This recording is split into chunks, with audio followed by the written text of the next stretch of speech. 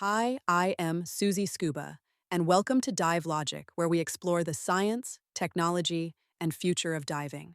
Today, we are asking, will your scuba gear be obsolete in 20 years? Let's dive in. Scuba diving has always been a sport defined by its equipment. From the very first primitive underwater breathing devices to the sleek, high-tech systems we use today, the gear has constantly evolved.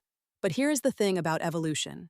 It is messy, awkward, and sometimes downright hilarious in hindsight.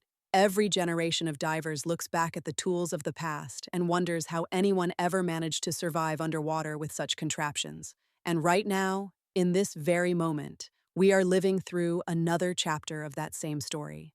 The gear sitting in your dive bag, the equipment you trust with your life on every single dive, some of it is going to look absolutely ridiculous to divers 20 years from now. Just like we chuckle at old photographs of divers in thick rubber dry suits with no buoyancy control whatsoever, future divers will scroll through their digital archives and shake their heads at us. The question is not whether this will happen. The question is, which pieces of our current gear are most likely to earn that laughter? So let us take a deep, honest look at the equipment we are using right now and make some educated predictions about what future divers will find most amusing about the way we dove in the early 21st century. Let us start with the buoyancy compensator device, commonly known as the buoyancy control device. Right now, these are considered absolutely essential pieces of equipment. Every diver wears one. They come in jacket style, back inflate, and wing configurations, and they are loaded with pockets, D-rings, dump valves, and integrated weight systems. They are functional, yes, but they are also enormous. Strap one onto your back and you look less like a graceful underwater explorer and more like someone preparing to carry a small refrigerator into the ocean. The sheer bulk of modern buoyancy control devices is something future divers will almost certainly find absurd. Think about where technology is heading. Materials science is advancing at a breathtaking pace. Researchers are already developing ultra-thin, ultra-strong fabrics and bladder systems that could replace the current inflatable vest design entirely. Imagine a future where buoyancy control is handled by a slim, form-fitting suit that makes micro-adjustments automatically based on your depth and breathing patterns. From that vantage point, looking back at a diver waddling toward the water in a massive jacket-style buoyancy control device, arms slightly pushed out to the sides because of all that bulk, will be genuinely funny. We are essentially wearing inflatable furniture on our backs, and we have normalized it so completely that we do not even question it anymore. Now let us talk about regulators and the extraordinary tangle of hoses that comes with them. A fully rigged diver today is essentially connected to a small network of rubber and braided hoses going in every direction. There is the primary second stage hose going to the mouth, the alternate air source hose, the low-pressure inflator hose for the buoyancy control device, sometimes a dry suit inflation hose, a high-pressure hose going to the submersible pressure gauge, and if you are using a dive computer with an air integration feature, yet another hose or wireless transmitter to deal with. It is a lot. It is genuinely a lot of hose management for what should be a serene underwater experience. Future diving technology is already pointing toward integrated rebreather systems and closed-circuit designs that dramatically reduce or eliminate the need for this hose infrastructure. Some experimental systems are even exploring the possibility of liquid breathing assistance technology and highly efficient oxygen recycling that would make the entire regulator and hose setup look like something out of a museum. 20 years from now, a diver looking at a photograph of someone fully rigged with all those hoses dangling and looping around their body will probably feel the same way we feel when we look at old telephone switchboard operators, amazed that anyone managed to get anything done with such a complicated system. Dive computers have been one of the greatest safety revolutions in the history of scuba diving. They replaced dive tables, gave us real-time decompression information, and have saved countless lives by making no decompression limit tracking accessible to every diver. But the way we currently wear and interact with them is going to look very dated very quickly. Right now, the dominant form factor is a large, chunky device strapped to the wrist, essentially a very thick watch that displays numbers and graphs on a small screen. Some divers wear them on their forearms, others mount them to consoles, but in all cases, checking your dive computer means interrupting your experience to look at a separate device. The trajectory of wearable technology and augmented reality makes it almost certain that future divers will have their dive data displayed directly in their field of vision, integrated into their mask, or even projected onto a contact lens equivalent. Heads-up display technology is already appearing in high-end dive masks from several manufacturers, and it is only going to become more refined and more affordable. When that technology becomes standard, the idea of strapping a brick-sized computer to your wrist and squinting at it through your mask will seem as antiquated as navigating by paper map while driving a car. Future divers will not just laugh at the size of our wrist computers. They will laugh at the entire concept of having to look away from the reef to check your data. If you enjoyed exploring the future of diving, subscribe to Dive Logic. Dive over to catch our next dive. Fins up. Fins are perhaps the most overlooked piece of equipment in this conversation, precisely because they have changed so little over the decades.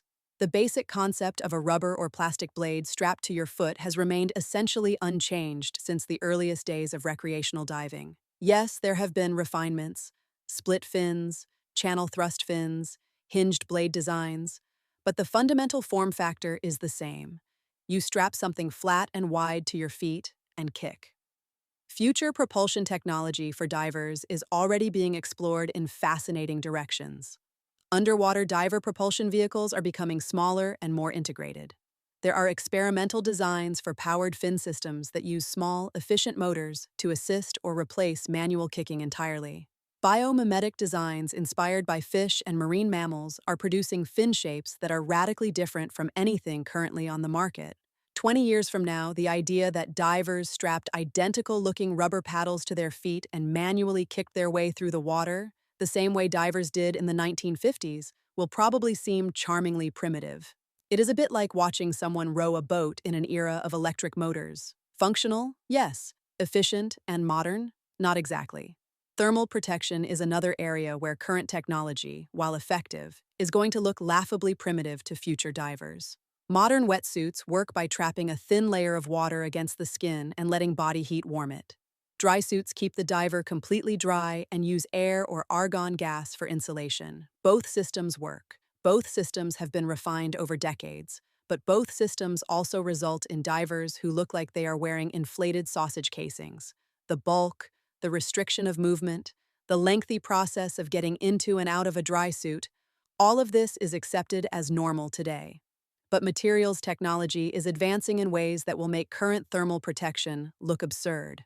Aerogel-based suit liners, electrically heated undergarments with micro-battery technology, and smart fabrics that actively regulate temperature based on water conditions are all in various stages of development.